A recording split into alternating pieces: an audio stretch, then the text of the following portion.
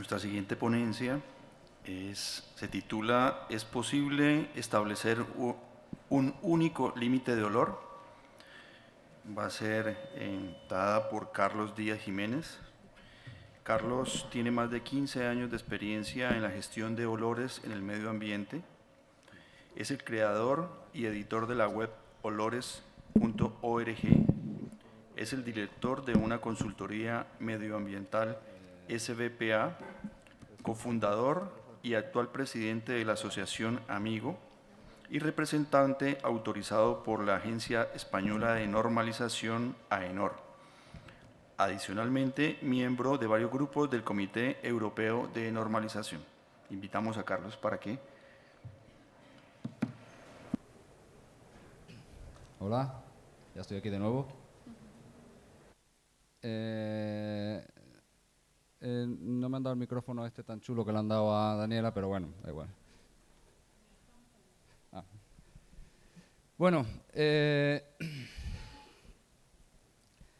después de la presentación que ha hecho Daniela, da un poco de vergüenza hacer una presentación, pero bueno.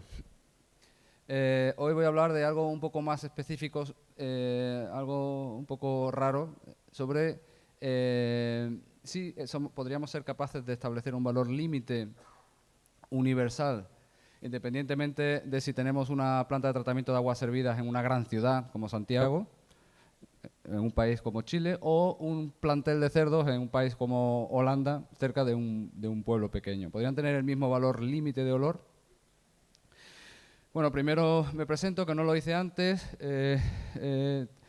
Soy director de la empresa SVPA, Servicios de Protección Ambiental, que somos una pequeña consultora que lleva casi 20 años trabajando en medio ambiente y con el foco específico del olor. Además, hace algunos años, junto con una empresa de Galicia, fuimos socios de la iniciativa ProOlor, que fue el primer software comercial capaz de pronosticar un impacto por olor. Soy editor de la web olores.org, que alguno de ustedes seguro que conoce. Y entre las cosas que hacemos, organizamos conferencias como esta que tienen ustedes acá. Y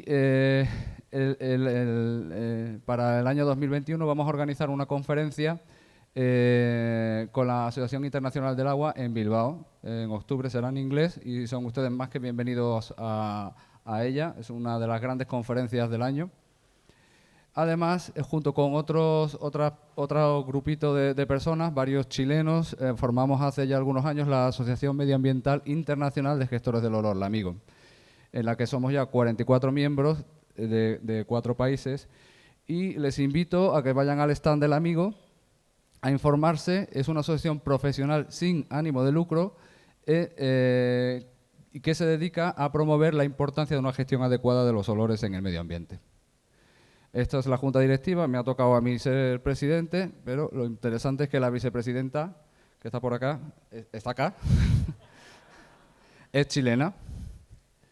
Y aquí hay varias de las empresas que son miembros de la asociación. Y bueno, chilenos tenemos aquí a TSG Environmental, que nos han ayudado con toda la organización del evento, pero tenemos aquí también a Proterm, que lo tenemos allá en un stand también, y a Vesten Chile, que también son miembros de los que yo llamo tradicionales, de los que llevamos ya mucho tiempo trabajando en esto. Dentro de la asociación estamos participando en un proyecto muy interesante, que si quieren saber más les informamos en el stand, sobre el mapeado de la molestia por olor con ciencia ciudadana. Bueno, esas son las cosas que hacemos. Y ahora, de lo que he venido yo aquí a hablar. He venido a hablar del criterio de impacto por olor. ¿De qué depende el criterio de impacto por olor que se ponga a una actividad? Pues depende de varios factores. Aquí he puesto algunos, pero no son todos, por supuesto. Depende de la legislación, no es lo mismo la legislación en Colombia que en Chile. Depende de dónde se ubique esa planta, si está cerca de un núcleo urbano o está en el desierto de Atacama. Depende del tipo de industria, si es una papelera o una planta de tratamiento de aguas servidas. Depende del criterio del técnico de la administración ambiental, a veces. Depende de si hay unas elecciones cerca y el número de votos electorales implicados, el criterio también varía.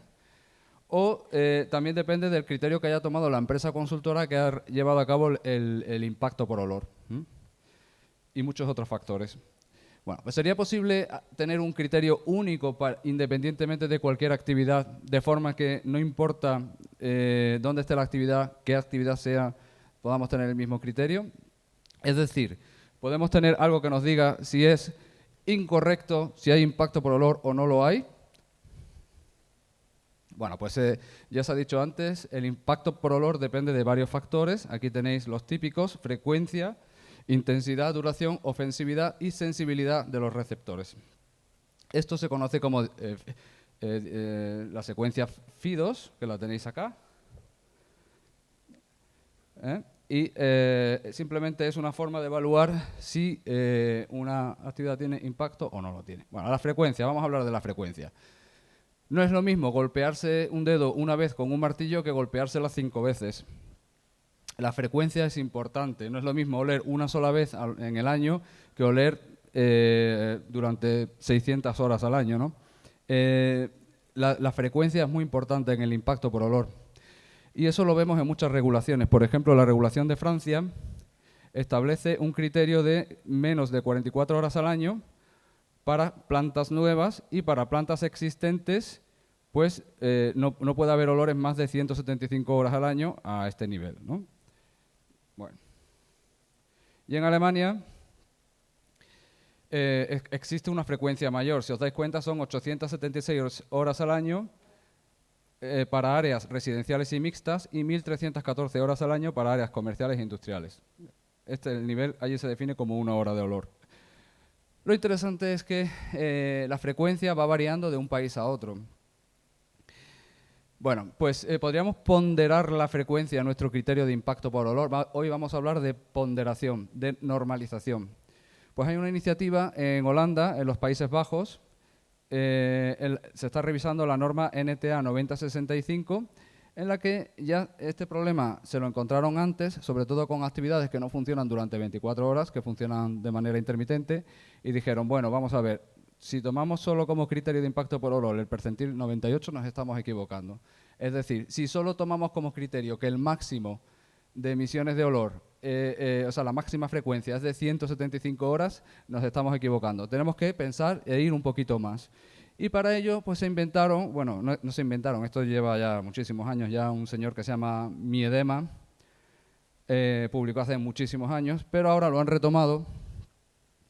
Y bueno, pues lo que han dicho es, bueno, vamos a comprobar todas las posibles concentraciones de olor a diferentes percentiles. Al percentil 96, al 97, al 98, al 99, y vamos a considerar que la carga de olor es todo el área que está debajo de nuestra gráfica de percentiles frente a concentraciones, de forma que se evalúa toda la carga de olor. Podríamos ponderar nuestra frecuencia a la carga de olor. Ahora voy a hablar sobre intensidad. La intensidad no es lo mismo que un niño golpee un balón que lo haga Cristiano Ronaldo. Evidentemente la intensidad con la que va a chutar va a ser diferente, y para ello hay escalas de intensidad que van desde el olor no perceptible hasta el olor distinguible, 3, al extremadamente fuerte, que es 6, ¿no? Bueno, pues hablando del olor distinguible, bueno, hay alguna regulación que hable de intensidades, más o menos. La regulación en Austria dice que para intensidades débiles y fuertes, pues hay diferentes criterios de frecuencias y de concentraciones. Bueno, podríamos ponderar la intensidad a la concentración de olor, es decir, podríamos tener una concentración de olor ponderada a la intensidad de un olor. Bueno, hay una relación entre la concentración y la intensidad, definida por la ley de Stevens o de Weber-Fechner, la que quieran. Y una forma de explicar esto que usamos habitualmente es decir, bueno, vamos a ver para granjas de pollos, ¿no? ¿Cuál es? Este señor, Misselbrook, en el año 1993 investigó la relación entre la concentración y la intensidad para los olores. Y averiguó que para una concentración de 14 unidades de olor, bueno, esto está en escala logarítmica, estos son 14 unidades de olor, para una concentración de 14 unidades de olor, el olor de esta granja es distinguible. Si os dais cuenta, la intensidad es 3, es decir, distinguible. Es decir, que para 14 unidades de olor, en una granja de pollos el olor es distinguible. ¿Podríamos ponderar la emisión de olor a esa intensidad? Sí, se podría hacer, Pues si a 14 unidades de olor el olor es distinguible y la tasa de emisión, por ejemplo, que se mide es de 630.000 unidades de olor hora, podríamos tener una tasa de emisión ponderada a la intensidad de 630.000 entre 14, que es la concentración a la cual el olor es distinguible, es decir, de 45.000 unidades de olor ponderadas a la intensidad por hora. Esa sería la tasa de emisión. Y eso es interesante, por ejemplo, cuando tenemos múltiples fuentes, que siempre miramos concentraciones, pues si tenemos múltiples fuentes, cada una de estas fuentes podemos evaluar su impacto independientemente de una forma mejor que solo midiendo la tasa de emisión en concentración de olor. La duración también es importante. No es lo mismo que un olor dure 3 segundos que esté durando durante 10-15 minutos. Por ejemplo, en el caso de regulaciones, aquí tenéis diferentes regulaciones en Australia y en Nueva Zelanda. En el estado de Australia del Sur se toma un promedio de 3 minutos para estimar el impacto por olor. En Nueva Gales del Sur se toma un promedio de 1 segundo, por ejemplo, y en Nueva Zelanda se toma un promedio horario, que es lo más habitual que vemos en todas las legislaciones. ¿Podríamos ponderar de alguna forma el criterio de impacto por olor a la duración? ¿Podríamos ponderar? Pues se podría hacer con una relación de máximos al promedio. Esta ecuación que veis aquí es antiquísima. Hay una más interesante que ha presentado Jenny hace poco, desarrollada por Günther Schauberger y Martin Pinger. Simplemente usando esas ecuaciones podríamos ponderar a la duración nuestra emisión de olor. ¿Podríamos ponderar la ofensividad? Bueno, ¿qué es la ofensividad? La ofensividad es, si vemos el olor a pasteles, pues puede ser para nosotros un olor agradable, ¿no? Sí, tengo el tiempo ahí, Vania. El olor del queso es un olor, digamos que desagradable. Y el olor a pintura para algunas personas es agradable incluso, para mí es desagradable, pero hay otras personas que les puede parecer agradable. Con lo que quiero decir que hay cosas que son meridianamente claras para todos y hay fronteras en las que hay una cierta variabilidad. El tono hedónico se puede medir y la forma de medir el tono hedónico, hay varios estándares. Aquí os he puesto uno que es alemán, que divide la ofensividad de un olor entre extremadamente desagradable o cero, que es un olor neutral, o un olor extremadamente agradable como el de los pasteles que les he puesto antes. Entonces ahí va la pregunta que lancé en China hace 3 semanas. ¿El amoníaco es un olor agradable o desagradable? El amoníaco, podemos pensar que es un olor desagradable, pero el olor al amoníaco no es siempre desagradable. Esa es la clave. El olor al amoníaco a una concentración de 26 unidades de olor deja de ser desagradable para convertirse en un olor neutro. Bueno, en esta anécdota lo interesante y que quería que vieran es que la agradabilidad, la ofensividad de un olor varía con la concentración. Es decir, hay una relación entre la concentración y la ofensividad de un olor. ¿Podríamos ponderar la ofensividad? Pues sí, se suele hacer normalmente en las regulaciones. Lo que hacen es tablas, en los que, por ejemplo, para el olor a fabricación de pulpas celulósicas, pues le ponen un valor límite mucho menor que al descafeinado y tostión y molienda de café, ¿no? Como han hecho en Colombia y se hace en muchos otros países. ¿Podríamos ponderar ese criterio? Sí. Por ejemplo, imaginad que tenemos 7 unidades de olor y a esas 7 unidades de olor el olor es ligeramente desagradable. Si la tasa de emisión de olor de esta planta de tratamiento de aguas servidas es de 630.000 unidades de olor hora, podemos tener una tasa de emisión ofensivamente ponderada de 630 entre 7, 90.000 unidades de olor horas, ponderadas a la ofensividad. Incluso podemos ponderar a la ofensividad y a la intensidad. De eso va el artículo que estará publicado algún día de estos. Hay legislación sobre esto. La provincia de los Países Bajos, en Brabante, pues establece de 0,5 a 100 unidades de olor ofensivamente ponderadas. Y esto es interesante porque no es lo mismo la ofensividad de esta chimenea que la ofensividad, la concentración de olor ofensivamente ponderada de esta.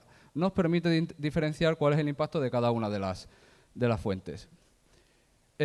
Lo siguiente es la sensibilidad. Lo último, no es lo mismo que las personas que reciben el olor estén en un polígono industrial que esas personas se encuentren en un colegio o en un hospital. Esas personas tienen una sensibilidad mayor. No es lo mismo que estemos en un sitio que esté poco habitado que estemos en una gran ciudad, no solo por el número de personas. También hay muchos otros factores que tienen que ver con la sensibilidad. En cuanto a regulación, aquí tenéis en Australia del Sur, pues dependiendo del número de habitantes, los límites varían. Mientras que, por ejemplo, en Nueva Zelanda, no importa si hay una persona o 2000, los límites de olor no varían, que es lo habitual. ¿Podríamos ponderar a la sensibilidad? Sí, se pondría. Hay varias propuestas sobre el tema. Por ejemplo, aquí podríamos tener una clase de sensibilidad del receptor. Esto es un paper de Andrea Rossi, en la que se evalúa a qué concentraciones de olor, cómo varía la sensibilidad a diferentes concentraciones de olor. Es decir, podríamos tener un criterio de impacto por olor que pondere la frecuencia, la intensidad, la duración, la ofensividad y la sensibilidad de los receptores. Bueno, encontraremos un valor único de criterio de impacto por olor para cualquier actividad industrial. Tendremos nuestro anillo único del Señor de los Anillos, en el cual no importa la actividad ni dónde esté, podamos tener el mismo criterio. Bueno, nosotros y Goyum estamos buscando ese anillo, no sé si seremos capaces de encontrarlo. Si lo encontramos, se lo diremos porque habremos conseguido nuestro objetivo, que es simplificar todo lo que existe en la actualidad en diferentes legislaciones sobre concentración de olor. Muchas gracias.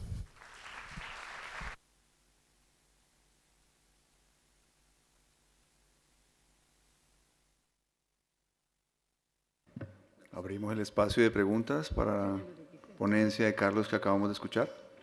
Por favor, levante la mano. Yo tengo una pregunta. Carlos, ¿sabes tú cómo hacen en otros países el manejo de las fiscalizaciones? Por ejemplo, a ver, voy a tratar de explicarme.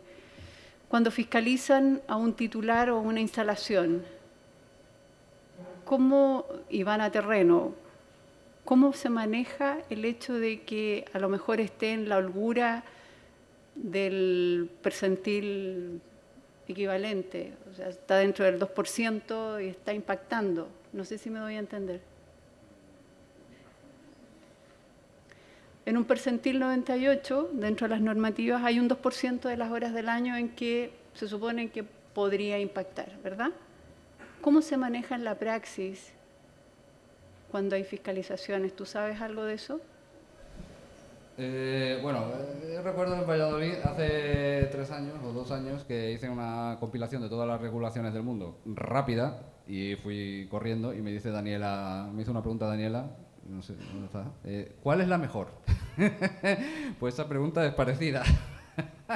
Para responder eso habría que ir analizando legislación por legislación cómo se va haciendo. Yo te digo cómo se hace en España, que es muy parecido a cómo se hace en el resto de Europa. En Europa hay una directiva que es la Directiva de Emisiones Industriales. La Directiva de Emisiones Industriales se basa en lo que se llama las mejores técnicas disponibles. Dentro de esos documentos guía de mejores técnicas disponibles, algunos tienen diferentes criterios para disminuir el impacto por olor. E incluso hay un límite ya europeo que aplica a 28 países de Europa de concentración de olor para biofiltros de plantas de vertederos de rellenos sanitarios. O sea, ya hay un límite para los 28 países de la Unión Europea. Pero si no existe ese límite, lo que se hace es que el organismo ambiental pide a la actividad que demuestre que no va a haber impacto por olor.